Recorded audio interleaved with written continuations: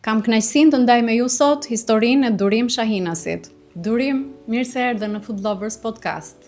Mirë se u gjeta, faleminderit për ftesën. Është kënaqësi të flasim sot për pastat, po mbi të gjitha për rrugën që të çoj ty aty. Si nisi? Profesioni yt. Nis nga profesioni. Profesioni yt, se pasta Livia. Eksakt. Pasta Livia nis nga profesioni. Unë kam filluar shumë herët që në 2002 në kuzhinë kineze, edhe aty kam mësuar të bëj pasta. Kjo duhet filluar me noodles apo jo? Po. Edhe kjo gjithmonë kur ja them bëhet pak si e çuditshme se ne kinezët me makarona, ndërkohë që pastat kanë ardhur nga Kina. Italia i ka sofistikuar. Kjo është. Pastaj kam vazhduar deri në 2013 në shumë restorante në Shqipëri dhe në Itali. Dhe në 2013 po mendoja që të rria më shumë në darkët shtëpi se gjithë ato vite nuk kisha festuar kurrë në shtëpi. Edhe më një lloj feste, çdo festë në restorant. Absolutisht. Kjo është një nga gjërat në fakt ana tjetër medaljes të qenit një kuzhinier. Është puna mendoj më e vështirë. Edhe shqyr zoti që erdhi dita të vlerësohet pak më shumë se çka qenë përpara. Sot patjetër që është një nga profesionet më të vlerësuara dhe më të paguara, por mbetet një nga profesionet më të vështira. Shumë e vërtetë. Gjithsesi. Çfarë bënte një fëmijë 15 vjeç në kuzhinë? Dy gjëra që unë jam shumë kurioze, di pse jam shumë kurioze se mendoj pra një fëmijë sot 15 vjeç ta marrësh ta fusësh në kuzhinë dhe se sa do nënshtrohej, sa kuriozitet do kishte, sa do donte të mësonte. Koha kur e kam nisur unë ishte doje mik për të gjetë punë. Edhe isha me mik që gjeta punë. Por mendoj se ishte një rehabilitim që i duhet çdo adoleshenti. Në fazat e para të adoleshencës kam qenë, por sot adoleshentët le të mos bëjnë më ushtri, po të fillojnë punë në kuzhinë. Ushtria është diçka që nëse do hapim të temë është diçka politike pastaj, por që mbetemi te kuzhina, duhet të punojë, kuzhina është një soi e vlefshme. Absolutisht, është një ushtri. Domethënë ka disiplinë që është shumë e fortë dhe përndryshe nëse nuk i përmbash, nuk do jesh pjesë e tregut. Është diçka që ti duhet të jesh patjetër asaj disipline që të arrish një rezultat nesër.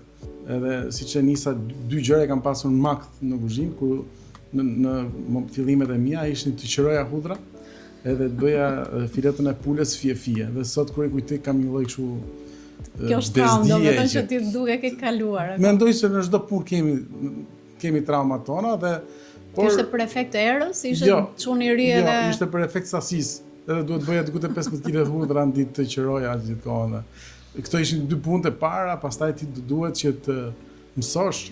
Kinezi kishte një shipe shumë minimaliste, anglisht dhe shqip, dhe është diçka që ti duhet të shikosh, ta mendosh, pastaj do veprosh me duar, thoshte. Se s'mundet ti të vish të më bësh një pjatë akoma ti se di se ç'është kuzhina. Kjo ishte pa kuptuar procesin. Pa kuptuar disa. Sot është mirë sepse ka kurse, në atë kohë s'kishte asgjë. Çfarë të ngacmoi që ti u përqendrove tek pasta? Më ka shoqëruar gjithkohën, që nga dita e parë në kuzhinë dhe deri ditën e fundit që e kam lënë kuzhinën, bëja pasta në çdo kuzhinë, në çdo restorant. Atëherë kishte staf mjaftueshëm.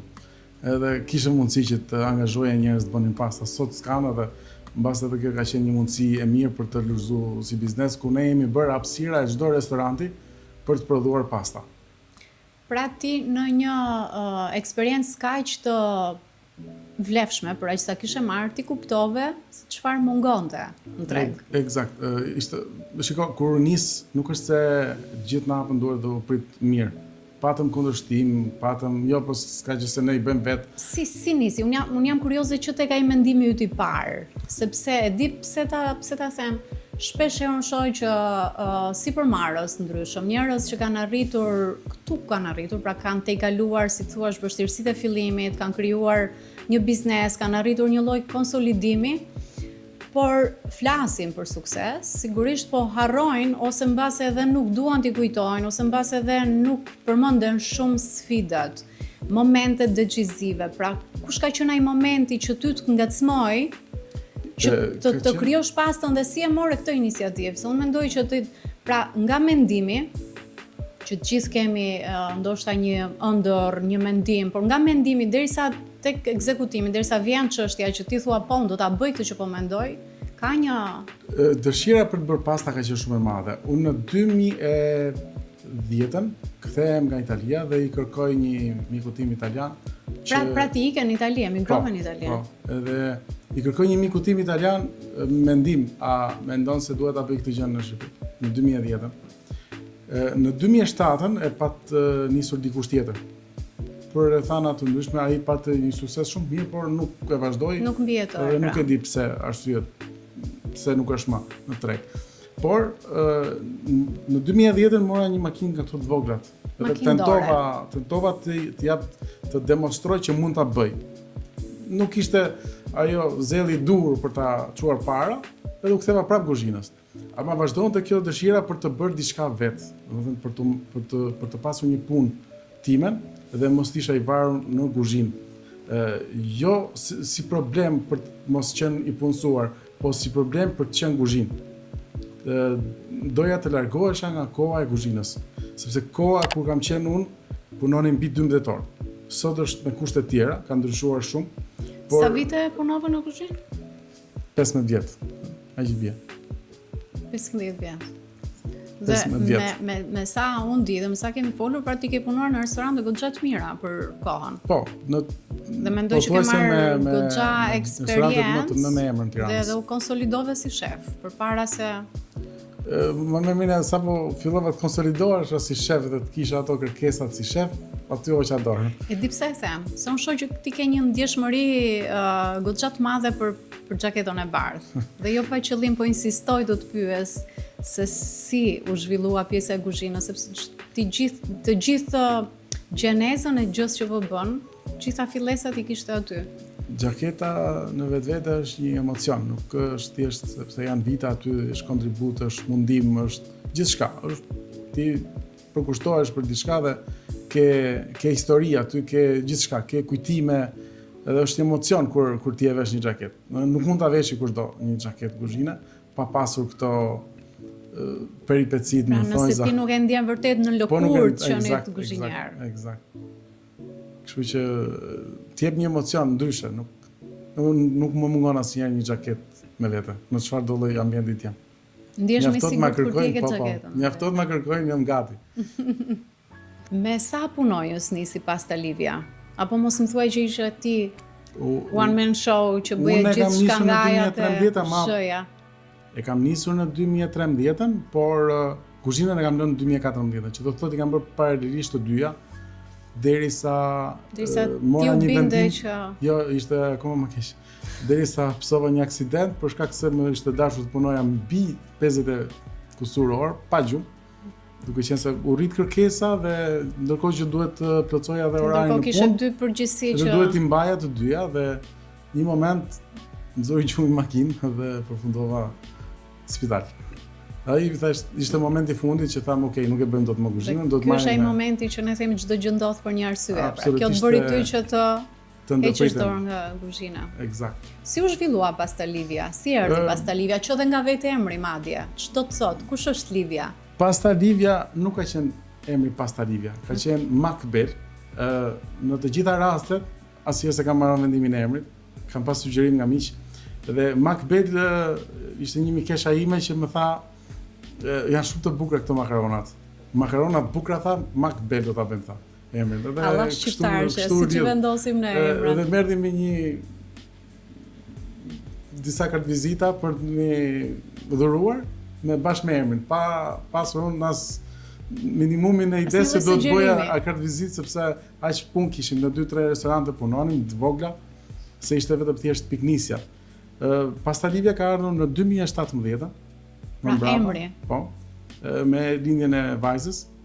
Edhe këtu prap erdhën dy miq dhe thanë, "Çka ke këtë emër Macbeth tani? Livia është shumë mirë, pse nuk ja vendos tipja?" Dhe ai e brandoi emrin Pasta Livia. Prap një bisedë tavolinë dhe prap pa të kërkuar ty mendim. Eksakt. Nuk është se unë isha kundër një emri individi. Doja të ndërtoja një emër pa akoma s'kisha gjetur atë. Po. Por sot, me thënë drejtën, është diçka shumë e madhe për ne, është krenari, edhe Livia vetë është krenare shumë për... Absolutisht, Livia është rritur aty, kështu që... Absolutisht është gjithë kohën aty dhe shumë e përkushtuar. Një menaxherja, thotë. Edhe me të drejtë. Si çdo biznesi i ri, mendoj që sfidat kanë qenë të shumta, siç mendoj që vazhdojnë të jenë, sepse asnjë biznes nuk ja del kurrë nga sfidat, por unë mendoj që në një kohë tjetër, pra siç kur krijon eksperiencë ti ja merr dorën edhe sfidave dhe bëhen pjesë e biznesit dhe pjesë e përditshmërisë. Këto përmendje si një nga sfidat që ty vërtet të ka lëkundur edhe e ke pyetur veten apo bëj gjën e duhur? Vitet e para kanë qenë çdo ditë që e mbyllnin punën, thosha nesër nuk do hap. Dhe çdo ditë që nisja me i zell që do ta çoj para me patjetër këtë ide se e doja, nuk është diçka kjo nuk kishte para realisht. Në fillimet e veta nuk bëhesh për para. Se sot dëgjojmë vetëm në një punë për lek, ku s'ka lek, bëhet llogaria e lekëve. Kush është ajo që fiton më shumë? Ndërkohë që llogaria aty ishte pasioni dhe ti lodhesh gjithë ditën dhe thonë darkët. Nuk e di apo ja blen kjo gjë. Të nesmen çohesh që ky pasion duhet që të triumfoj. Edhe realisht ajo doli. Që kishim dëshirë të me shumë vështirësi dhe me kontribut edhe të mamas time. Ka qenë një mbështetje e jashtëzakonshme. Këtu do dilja, kush ishte krau i dytjat, kush ishte suporti yt, kush ishte muza jote? Mamaja ka qenë gjithmonë, në të gjitha rastet, ajo ka qenë njeriu që besonte verbërisht tek unë, edhe më mbështeste në çdo vendimarrje. Vazhdon mamaja sot? E përkushtuar njësoj? Është pjesë e stafit të Pastalivias dhe punon si të jetë një nga 22 që jemi sot. Pra sot ju jeni 22? 22 persona, 22 punonjës. Kam qenë vetëm, bashkë me mamin dhe sot janë 22. Pra kjo është... Vit pas vit janë shtuar dhe kemi staf që domethënë kemi personin e parë akoma është me ne. Ka 10 vite, madje i bën këtë vit 10 vite punë me ne. Edhe kështu vazhdojnë me radhë. Stafi është i gjithë i vjetër. Do të them. Kjo është një ndër gjërat më të bukura që unë dëgjoj tek bizneset, pra. Po kemi dashur të ndërtojmë një familje. Do jetë akoma me ju. Qëllimi është edhe sot në gjithë këtë diskutim që bëjmë është ne kalojmë më shumë kohë aty se sa në shtëpi, kështu që ta ndërtojmë si një ambient ku të argëtohemi, të punojmë. Neve kemi raportin me Pastalivian, jo me durimin, unë jam askushi që të keni një raport me mua. Ata kanë raportin me punën. Ti do t'i vesh përgjegjësinë përballë dhe ata do duhet që t'i japin llogari. Por kjo ka rezultuar që ata kanë qenë njerëz shumë të përgjegjshëm. Edhe me vërtet ndjehem me fat që kam një staf që... Ose ti ke qenë një lider i mirë? Liderat nuk din çfarë janë. Thjesht ata bëjnë atë që ndjejnë. Atë që duket e drejtë. Atë që duket e drejtë. Dhe mua më duket e drejtë kjo. Fjala lider është fjalë shumë e madhe.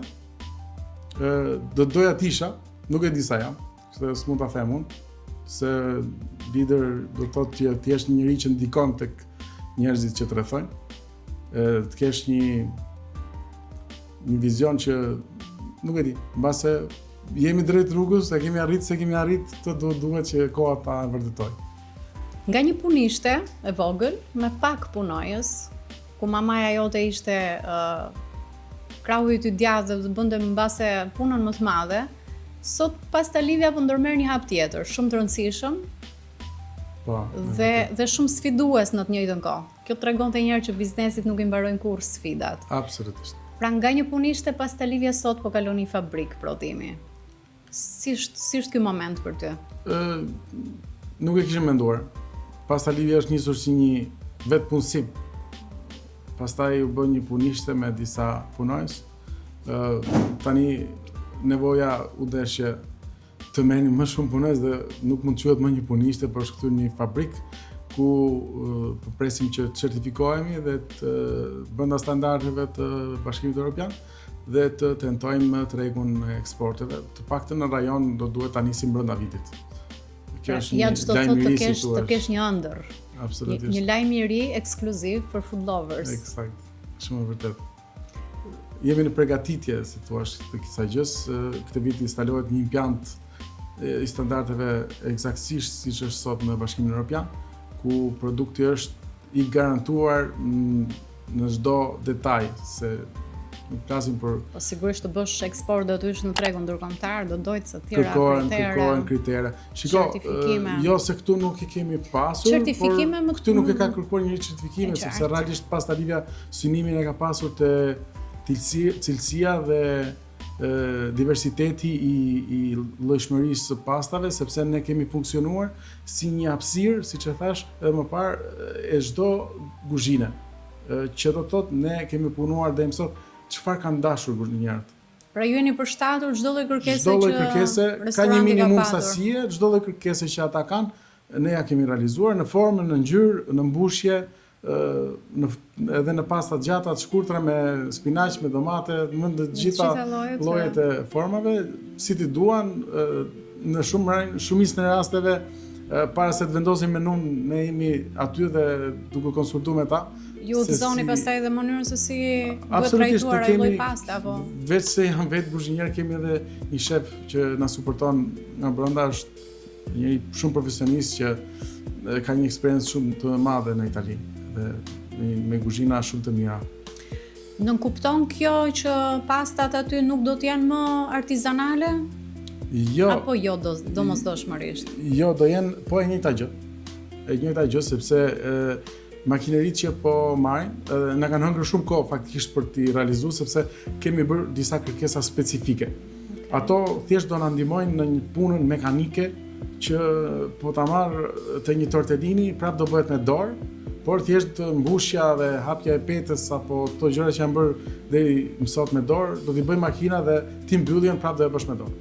Për të dhënë atë formën artizanale dhe këtë gjithmonë, veç kësaj dhe brumi është në të ftohtë, sepse ka disa se jo të gjithë e kuptojnë këtë gjë. Trafila broncit është në një lloj temperature, ndërkohë që ne i punojmë në të ftohtë dhe në të ngrohtë, në varësi të produktit, se nuk mund të jenë të gjithë njësoj produktet. Ka Pasta Livia një kasafort ku ruan recetat, siç kemi dëgjuar për kompani prestigjioze që janë unike në treg dhe një ndër gjërat më të rëndësishme të tyre janë ruajtja e recetave. Po ka.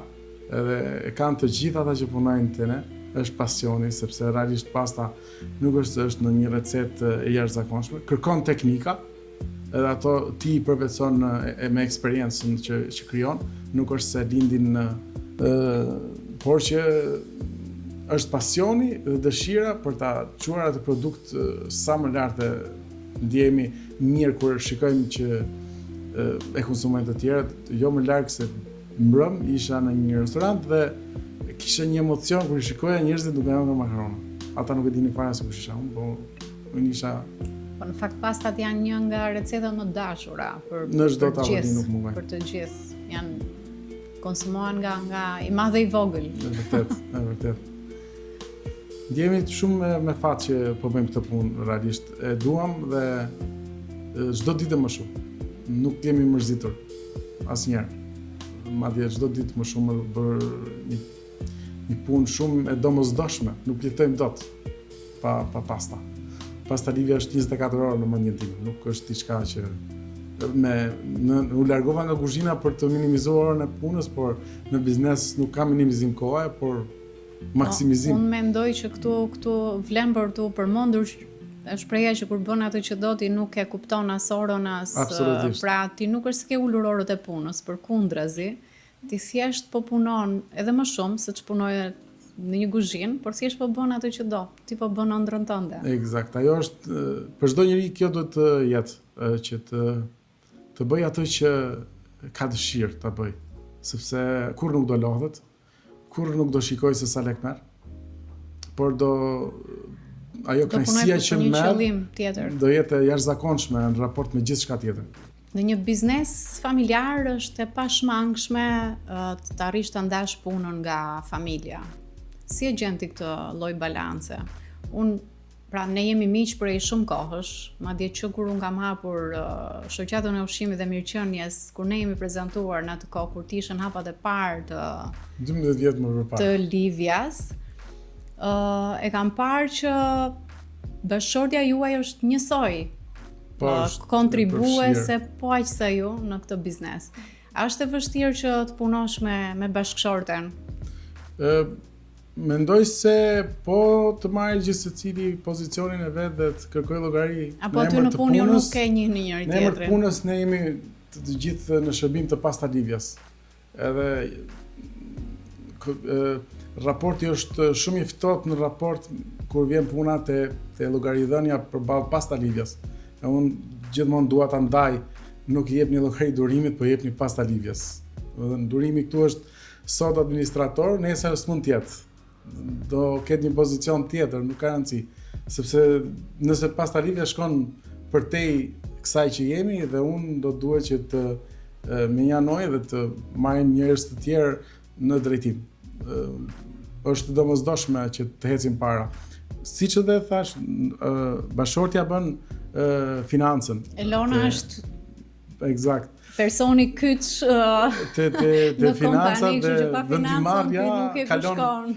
vendimarrja kalon nga zyra, kështu që është pjesë e vendimarrjes patjetër. Do doja të veçoja dhe dy të tjerë që janë pjesë familje, domethënë me gërma të mëdha, pa jo se nuk janë pjesë që nuk jetojnë në shtëpi me mua, por janë familje sepse janë prej vitesh në biznes, është Lori dhe Bledi, dhe vendimet e pastalivja janë dhe ata pjesë. Nëse do ta quajmë bordi i pastalivjes është Bledi, Lori dhe Elona. Pra vendimet ju i merrni bashkë. Absolutisht. Sepse unë mendoj që një nga gjërat më të rëndësishme në një biznes është vendimarrja. Absolutisht. Shiko, unë ju a them shpesh që vendimin e marr unë, sepse unë nuk dua të delegoj përgjegjësinë. Që sido që të shkoj ti do të mbash peshën e asaj që ke. Unë jam përgjegjës për vendimin. Ata kanë të gjithë të drejtën të japin sugjerimin e tyre, edhe unë do t'i dëgjoj me dy veshje me një, që të kuptoj gjithçka se çfarë ndodh, sepse realisht kanë qenë sugjerime shumë të vlefshme nga të tre. Dhe më kanë ndihmuar shumë, edhe sot. Më ndihmojnë shumë. Pra ato janë busulla jote. Është diçka që e kemi si një foshnjë që duam ta rrisim të katërt bashkë atë pastalivjen. Nuk e shikon askush si punë. E shikojmë si një kontribut që ata deti ka 10 vjet. Ta të kthehesh mbrap 10 vjet nuk janë shumë, nuk janë pak. Po ti mendosh edhe nuk ka kthim mbrapa. Ti vetëm para do të shoh, nuk shet dot më mbrapa. Kështu që raporti me pastalivjen është raport personal. Është me karrierën tënde, është me gjithçka që ti do të arrish. Nuk ka më kohë të kthehesh mbrapa. Kështu që ata jam shumë i lumtur për ta dhe vendimet e tyre janë. Dhe mendoj që kjo është patjetër që ata kanë merituar të jenë aty, por mendoj që është edhe një pjesë fat, pra ju jeni me fat që keni një staf të tillë, një bord të tillë. Vërtet, ato janë rritur aty. Kur kanë ardhur, nuk e kanë ditë ç'ishte makarona. Asnjëri. Sot janë profesionistë. A gatuan ti për të durim? Jo, shpesh. Nuk mund të. Se duhet të bësh një shenjë falënderimi. Duhet kemi Ilirin. Ilirin e kemi super chef, edhe ai nuk na le t'i afrojmë tiganit. Unë jam aty vetëm për të provuar çfarë gatuan Iliri. E ke që këtë dhimbje koka. Kështu që e kemi këtë derisa s'kishim Ilirin, po. Iliri është prej 3 vitesh të ne dhe jemi shumë të lumtur që e kemi. Ka konkurrencë pastalivja? Po, ka. Konkurenca brendshme është e vogël, por ka. Konkurencën më të madhe kemi nga importi, sepse produkti jonë është i standardeve të produkteve italisë. Në këndvështrimin tim ne jemi më lart në raport me ta, si në çmim dhe si në kualitet, sepse lënda e parë që ne përdorim janë të njëjtat të kompanive më të fuqishme të Italisë në lidhje me pastat e freskëta. Mielli i Gragnanus është i famshëm gjithë Italinë. Ricotta është ajo që përdorin kompanitë më të mëdha të Italisë. Pa dashur përmend emra. Nga një bisedë që bëm përpara disa ditësh kur unë vizitova edhe fabrikën, në fakt, më the që një nga arsyet që ju lëndën e parë keni gjithmonë importi, është pikërisht ruajtja e cilësisë dhe krijimi i atij standardi në vijimësi. Po, e vërtet, por jo vetëm. Ne kemi arritur në ato numra saqë prodhuesit vendas nuk po na suportojnë dot. Nuk arrin dot Nuk na suportojnë dot me sasinë që ne po kërkojmë tani. Sidomos kur duam të futemi në eksporte, kërkojmë produkte me numër loti. Ndërkohë që në Shqipëri nuk ka asnjë, s'po them asnjë se është masa egzageruar, po janë shumë pak kompani që e përdorin numrin e lotit. Vetëm dac kadence dhe kaq. Për të kuptuar pak diferencën nga një punishte në një fabrik, mund të më thuash pra sasi prodhimi në punishte dhe çfarë targetoni ju apo kush janë, si thuash, kapacitetet që ju do të prodhoni në fabrik? Për Nga të një kuptuar punishte edhe për të hyrë pastaj në tregun ndërkombëtar. Nga punishte në fabrik nën kuptojmë numrat, nën kuptojmë standardet. Jo se nuk kanë qenë standardet në punishte, por fabrika kërkon disa kërkesa tjera në lidhje me standardet. Duke dashur që ne duhem dhe certifikohemi, kërkojnë disa gjëra shtesë. Tjera kushte, pra tjera kritere për të plotësuar për të plotësuar kriteret e një certifikimi siç është IFS Shqip. Kështu që nga 300 kg prodhim në ditë në punishte, në 2 ton, 2000 kg në ditë në fabrik. Kështu që numrat janë shumë të diferent nga njëri tjetri. Kështu që tregu po ju pret. Ndërkombëtari. Jemi shumë entuziast për këtë moment, realisht sepse mezi e kemi prit. Në fakt ju keni punuar për këtë ditë apo jo?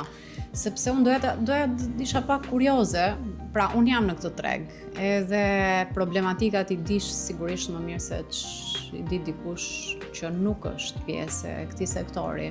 Dhe një nga problematikat që unë kam dëgjuar nga furnitorë të ndryshëm, nga prodhues të ndryshëm, është pjesa e mbledhjes së parave.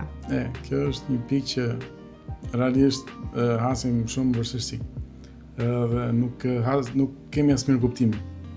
Veç vështirësi sepse ti ankohesh i klienti thotë po ti me mua e gjetet merresh, ndërkohë që të gjithë këtë fjali kanë. Unë duhet ta gjej vetë zgjidhjen. Shumë e vështirë të rritesh, të zhvillohesh në këto kushte dhe të vazhdosh të investosh. Bllokohesh sepse do të detyrohesh të marrësh kredi, overdraft, po këto kanë një kosto. Për të dalë nga situata. Të dalësh nga kosto sepse lënda parë ne importojmë direkt dhe ata ju parapaguajnë që të vi produkti. Edhe detyrimisht atë fitim e kemi në treg. Nuk e shohim ndonjëherë. Një fitim i pambledhur akoma. Absolutisht, shumë e vërtetë edhe mos ta zgjashim shumë këtë gjë, por është një problem për të gjitha kompanitë. Në fakt. Është një problem për të gjitha kompanitë. Dhe unë nuk e kam kuptuar akoma arsyeën. Të them që ata që kanë më pak paguajnë, edhe ata që kanë më shumë paguajnë. Pikërisht kjo është ajo që unë po them. Kjo më ndodh. Unë këtë nuk e kam kuptuar edhe unë. I kam dashur ta shpjegojmë diçka, por është burokracitë që kanë kompanitë e mëdha. Jo po do të marr firmën e këtij, jo po të shkoj atje do bëjmë këtë, dhe ndërkohë ti duhen lekët që të vazhdosh. Sido që të jetë, kjo zgjat një muaj pra. Edhe që nga momenti i lëshimit faturës, këtë jam duke të thënë, pra, një muaj është normal, këtë po flas. Çështjet burokratike, firmat, vendimet dhe të gjithë procesi që nevojitet për likuiditet zgjat një muaj. Por nuk po flasim për një muaj. Jo, nuk flasim për një muaj. Nuk flasim për një muaj. Janë disa muaj. Disa muaj edhe kjo që të krijon një handicap shumë të madh në funksionalitet. Shumë të madh dhe nuk di të them se si kush mund të zgjidhja. Kjo është arsyeja pse Livia duhet të poshtë drejt vetëm eksportit. Jemi edhe një treg i vogël, për të gjithave aq treg jemi. Dhe shumë e rëndësishme që tregu janë të hapet dhe shpresoj që me hapat që duam bëjmë drejt Bashkimit Evropian, nuk e di sa do hyjmë, po të paktën të kemi mundësi që të tregtojmë më lehtë, sepse është shumë e vështirë që ne që nuk jemi pjesë e Bashkimit Evropian të tregtojmë në një treg të tillë. Ata kanë disa kushte që janë shumë të vështira, jo vetëm për standardet. Se për standardet ne i plotësojmë më në mendja me çka kam parë në Itali, jemi më mirë se sa ata. Kam parë dhe fabrika që janë shumë keq. Dhe ata punojnë, kanë dhe certifikime, unë se kuptoj si nuk i kemi ne këtë gjë. Ata i kanë. Sepse ata nuk kontrollohen, siç kontrollojmë ne. sepse këtu tek ne është dyshimi. Dhe këtu është kontrolli më i rraptë në çdo hap. Të qëndrojmë pak te kjo pjesa e të kërkuarit më shumë, të kaluarit përtej vetvetes, të zhvilluarit vetvetes. Sa e rëndësishme është kjo për një sipërmarrës? Është shumë sa unë nuk e kam kuptuar realisht kapërcimin tim në vite si sipërmarrës. Jam trajnuar disa herë dhe nuk ndalem së trajnuari, saqë njerëz më bëjnë pyetje çfarë ka ndodhur, ku je trajnuar, çfarë kursi ke ndjekur, sepse më ka njohur edhe më përpara pa kurse dhe pa trajnime, prandaj edhe është pyetja që bëhet, por realisht nuk është se kam bërë ndonjë kurs specifik. Do doja ta përmendja Vasil Naçi është jashtëzakonshëm në ato që thot dhe në ato direktiva që ai të ngacmon brenda teje, se ai nuk të dirigjon dot biznesin tënd, por ama të zgjon atë çka ti ke dhe unë kam qenë sikur ti sistemon mendimet. Edhe ti je më i gatshëm për të marrë vendim në biznes. E kupton, je më i qartë. Sa herë që shkojmë, unë është viti 7 që shkoj, mos themi 8. Shkoj edhe përsëritje jam, por ti nuk shkon me të njëjtën mendim, siç ishte një vit. Një vit më pas ti ishe ndryshe. Një ndryshe dhe i shef ndryshe ato çka po thot. Po kjo në fakt është e vërtet, nuk e di nëse ty të ndodh, por mua më ndodh që nëse kam lexuar një libër para 5 vjetësh dhe i rikthehem për shumë arsye, më ndryshon këndvështrimi. Absolutisht. Sigurisht më ndryshon shumë gjëra. Se do duhet ta lidhësh me atë çka ti po bën, me atë çfarë po bën ato kohë. Dhe të përmirësorit vetes është një proces i pafundëm që nuk mbaron kurrë.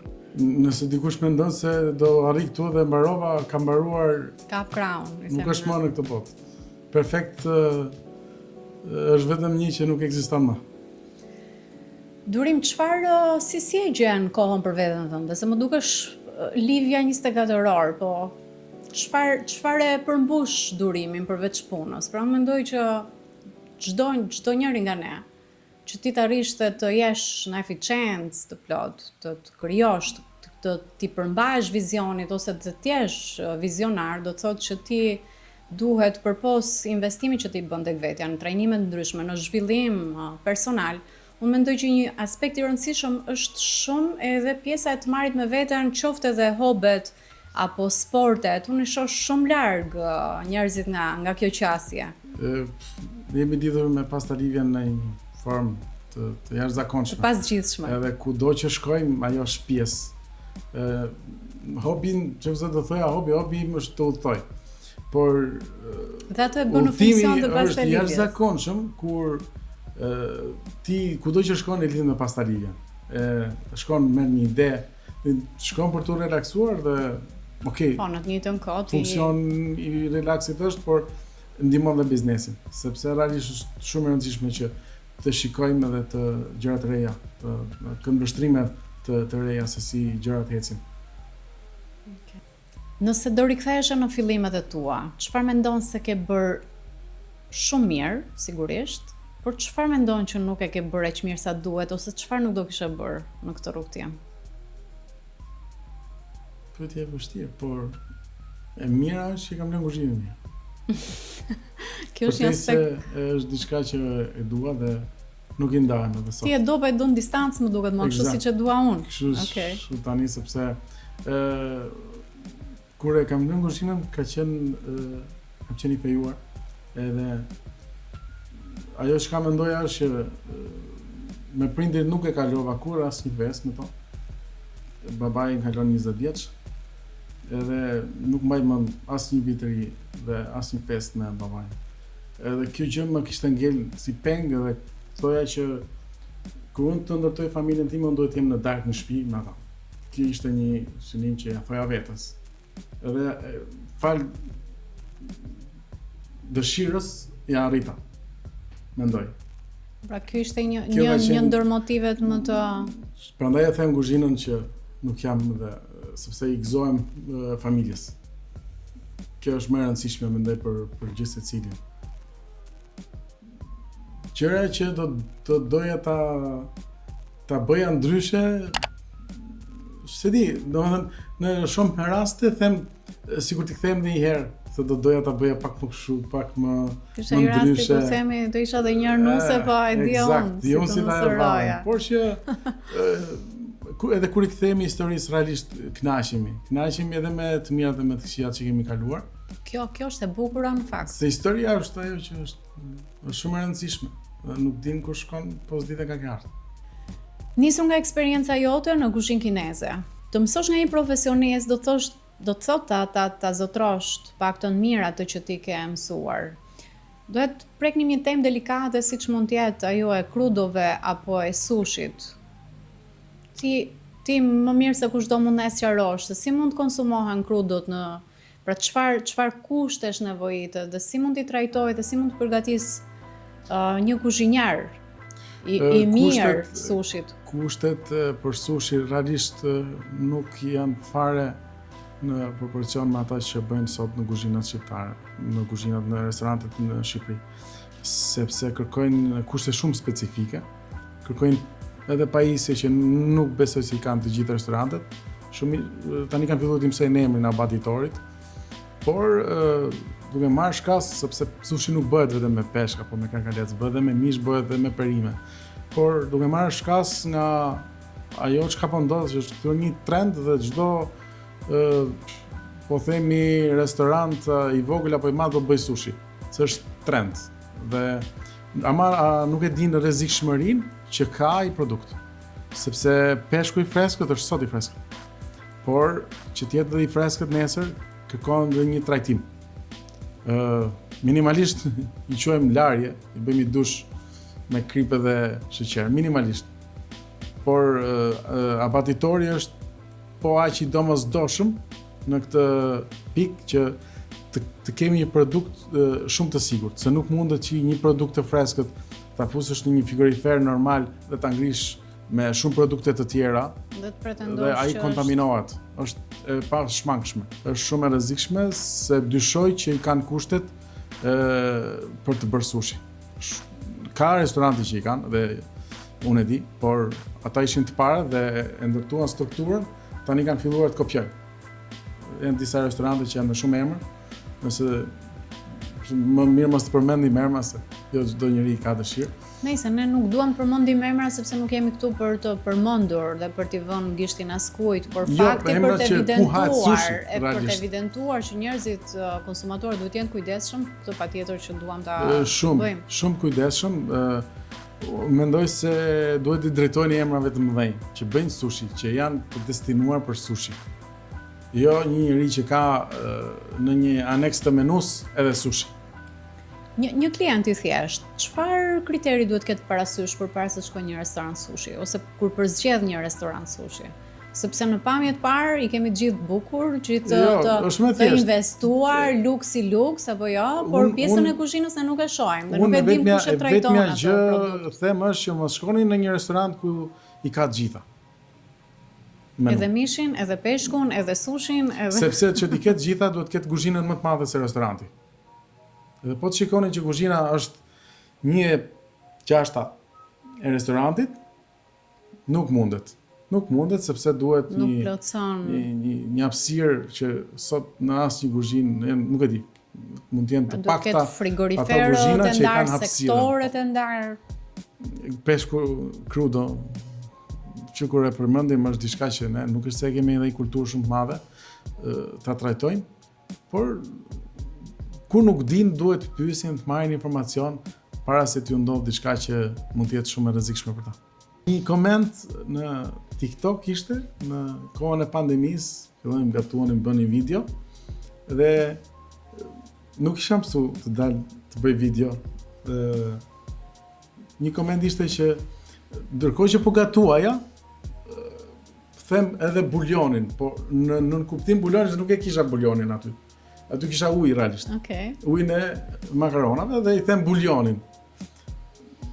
Qa guzhnjeri e ti, ku e ti s'di se qa është buljoni, gjëra tilla që realisht nuk jam mësuar dhe Ndjeva keq. Dhe këto të bëjnë edhe mos dalësh fare në video. Apo në para mikrofonit.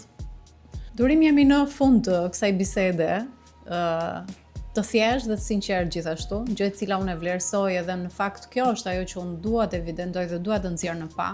Ne nuk jemi këtu për të bërë showmenët, as profesionistët më të mëdhenj të kohëve. Absolutisht, nuk jemi shumë modest dhe shumë të thjeshtë në atë që bëjmë. Dhe shpresoj të kemi edhe shumë njerëz tjerë kështu siç ne perceptojmë atë që bëjmë. Do doja një mesazh përmbyllus për çdo që ti do kishe dëshirë, qoftë për restorante, qoftë për stafet, qoftë për të rinj që nisin jetën tani. Për të rinjt është e jashtëzakonshme të flasim, sidomos në këtë kohë, ku duhet ndjekin një pasion. Dhe pasioni nuk duhet të jenë parat. Ky është problemi, që sot të rinjt pasion kanë parat. Këtë them edhe, është e dhimbshme.